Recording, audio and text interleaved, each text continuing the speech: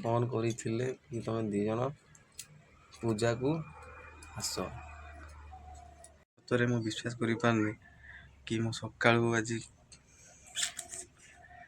ଜୟ ଜଗନ୍ନାଥ। ଆଉ ଗୋଟେ ନୂଆ ଫ୍ରେଶ୍ ବ୍ଲଗ୍କୁ ଆପଣଙ୍କ ସ୍ୱାଗତ। ଆଜିର ଭିଡ଼ିଓ ବହୁତ କିସ କହିବି, ଏତେ ଖୁସି କହିପାରିବିନି। କାହିଁକି ସକାଳୁ ସକାଳୁ ଆଜି ମୋ ଶ୍ୱଶୁର ଫୋନ୍ କରିଥିଲେ। ଯେହେତୁ ଏଠି 3-4 ମାସ ହେଲା ଫୋନ୍ ତାଙ୍କର ଥିଲାନି, ଟିକେ ଝଗଡ଼ା ଝାଣ୍ଟି, ଯେହେତୁ ଆମର ଲଭ୍ ମ୍ୟାରେଜ୍ ହେଇଛି ତ ଏ କଥା ମାମୁନି ଜାଣିନାହାନ୍ତି। ତ ଚାଲୁନ୍ ଦେଖିବା ମାମୁନି ଏ କଥା କହିଲା ପରେ ମାମୁନି ତାଙ୍କ ରିଆକ୍ସନ୍ଟା କ'ଣ ରହୁଛି କ'ଣ ନାହିଁ ଏ ଭିଡ଼ିଓ ମାଧ୍ୟମରେ ଆପଣ ସମସ୍ତେ ଦେଖିବେ।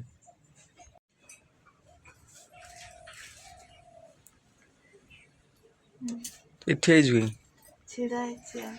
ଅନ୍ଧାର ମୁହଁ ଦେଖାଉନି ଟିକେ। ଛିଡ଼ା ହେଇଥିଲୁ କାହିଁ? ହଉ ଗୋଟେ ଗୋଟେ କଥା ଯିବ ତ ବାପା ଥରେ ବୋଲି ଆମକୁ ଫୋନ୍ କରୁନାହାନ୍ତି। ଯଦି ସେ ଆଜି ଫୋନ୍ କରିଥାନ୍ତେ କିମ୍ବା 7 ଦିନ ଆଗୁଆ କି 7 ଦିନ ପୂର୍ବରୁ ପଛୁଆ ଏଇ ଦୁର୍ଗା ପୂଜା ଯଦି ଫୋନ୍ କରିଥାନ୍ତେ ତ ରିଆକ୍ସନ୍ଟା କ'ଣ ଥାନ୍ତା? ଆଉ ତୋ ବାପାଙ୍କୁ କ'ଣ କହିଥାନ୍ତି ଟିକେ କହ। ମୋ ବାପା ମାଆଙ୍କୁ କହିଥାନ୍ତି ଏତେ ଦିନ ହେଲା ତ ଝିଅକୁ ଖୋଜୁ ନଥିଲ, ଆଜି କିସ ନାଇକି ଫୋନ୍ କରୁଛି କହିଥାନ୍ତି। ଆଉ ଏମିତି ତମେ କିସ ନାଇକି ମୋତେ ସକାଳେ ଏତେ କଥା ପଚାରୁଛୁ ଯେହେତୁ ହେଲାଣି ଗୋଟେ ଦୁର୍ଗା ପୂଜା ସମସ୍ତେ ସବୁ ମୁଁ ଦେଖି ସିଏ ଯଦି କଥାବାର୍ତ୍ତା ନ ହେବେ ତୁ ମୋ କତିକି ଆସିବି କି ବି ତୋ ମନ ଭିତରେ କିସ ଥିବେ ସେ ତୁ ଜାଣୁଛୁ।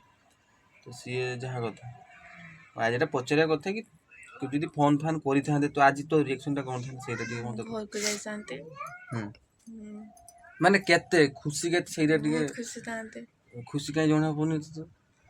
ଯଦି ଫୋନ୍ କରିଥାନ୍ତେ, ଫୋନ୍ ତ କରିନାହାନ୍ତି ନା। ଯେତେବେଳେ ତ କରିବେ ସେ ତ ଦୁସରା କଥା ନା। ସକାଳେ ଏଇ କଥା ପକେଇଲି ସେଇଟା ମୁଁ ବି ପଇସାତେ ବହୁତ ଖୁସି ହେଇଥାନ୍ତି। ମୋ ବାପା ମାଆ ଫୋନ୍ କରିଥାନ୍ତି, ତାଙ୍କ ଘରକୁ ଯାଇଥାନ୍ତି। ଘରୁ ଯାଇଥାନ୍ତି। କାନ୍ଦି ପକଉଛୁ ନା ହସୁଛୁ ନା କିସ? ହସୁଛୁ ତୁ।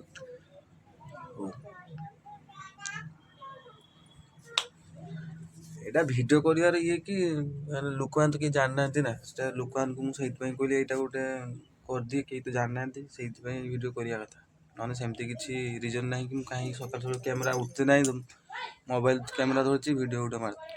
ସକାଳୁ ମୋ ବାପା ମାଆ କଥା ମନେ ପକେଇ ମୋ ମୁଡ୍ ଖରାପ କଥା ତ ଦେଖିପାରୁଥିବେ। ହଁ ତ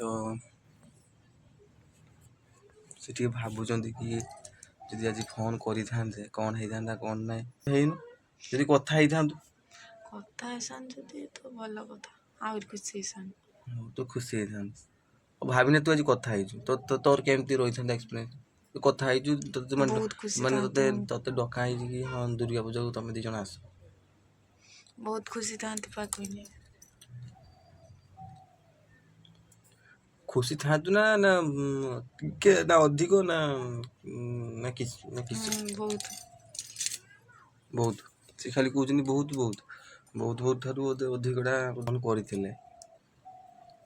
ତ ବାପା ଫୋନ୍ କରିଥିଲେ କି ତମେ 2 ଜଣ ପୂଜାକୁ ଆସ। ତବେ ସେଟା ସରପ୍ରାଇଜ୍ ଦେବି ବୋଲି ତ ମୁଁ କହିନି ମାମୁନି ନାହିଁ। ତ 2 ଜଣ ଦୁର୍ଗା ପୂଜାକୁ ଯିବା। ଛୁଆ ଏରକ ଖୁସି ଥିଲା, ଏବେ ଦେଖୁଛନ୍ତି ତାଙ୍କ ମୁହଁ ଖୁସି।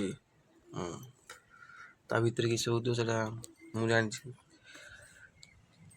ଦୀର୍ଘ 4-5 ମାସ ହେଲାଣି ଯେହେତୁ କଥା ନାହିଁ, ତ ଗୋଟେ ଝିଅ ତା ଭାଷାରେ କଥା ହେଇଥିବନି ମାନେ କେମିତି ଲାଗୁଥିବ ସେଟା ସେ ଜାଣିଥିବ, ମୁଁ ବି ଜାଣିଛି। ଯେହେତୁ ମୁଁ ବି ଦୁନିଆ ଝଗଡ଼ା ଏଇଟା ମୁଁ ଚାହିଁଲି ସେୟାର କରିବା ପାଇଁ, ସେଇଥିପାଇଁ ମୁଁ ଏଇଟା ଭିଡ଼ିଓ ମାଧ୍ୟମରେ ଆପଣଙ୍କୁ ଜଣେଇଦେଲି।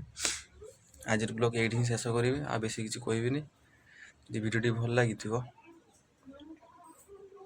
ସେ କିଛି କହିବନି, ତା ମୁହଁ ଶୁଖି ହେଇଛି ଯାହା ବି ହଉ। ଯଦି ଭିଡ଼ିଓଟି ଭଲ ଲାଗିଥିବ ସବସ୍କ୍ରାଇବ୍, ଲାଇକ୍, କମେଣ୍ଟ, ସେୟାର ସବୁ ଦବେଇକି ଭାଙ୍ଗି ଭୁଙ୍ଗା ଦିଅ। ଜୟ ଜଗନ୍ନାଥ।